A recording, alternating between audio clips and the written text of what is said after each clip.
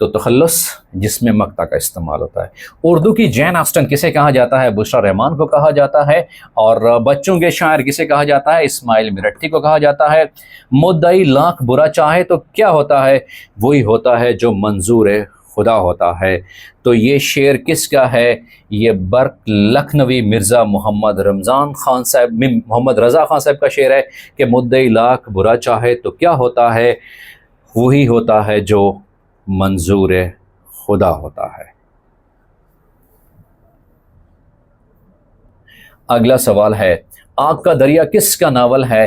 یہ قرۃ العین حیدر کا ناول ہے۔ رباعی میں کتنے مصرے ہوتے ہیں؟ 4، کیونکہ اربع کے معنی کیا ہوتے ہیں؟ 4۔ عربی زبان میں عہد 1 کو کہتے ہیں، ثلاثہ 2 کو کہتے ہیں۔ عربی میں جو عہد 1 کو کہتے ہیں، ثانی 2، ثلاثہ 3، اربع 4 کو کہتے ہیں۔ 1، 2، 3، 4 اور خمسہ 5 کو کہتے ہیں۔ تو رباعی میں کتنے مصرے ہوتے ہیں؟ رباعی اربع سے کس میں ہیں؟ 4 اس میں ہوتے ہیں جی۔ مشہور نظم طلوع اسلام کے شاعر کون ہیں؟ علامہ اقبال ہیں جی۔ بازار سے 50 روپے کا دہی لاؤ، دہی بطور مذکر استعمال ہوتا ہے، یاد رکھیے گا، جو ہے دہی بطور مذکر استعمال ہوتا ہے۔ بازار سے 5 روپے کا دہی لو، کی دہی لو غلط ہوگا۔ اور وہ اسم جو خود کسی لفظ سے نہ بنا ہو، نہ اس سے کوئی دوسرا لفظ بنے، کہلاتا ہے، اسے اسم جامد کہتے ہیں۔ جامد کا لفظی مطلب ہے جمع ہوا، ٹھہرا ہوا، اسٹیٹک، موشن لیس۔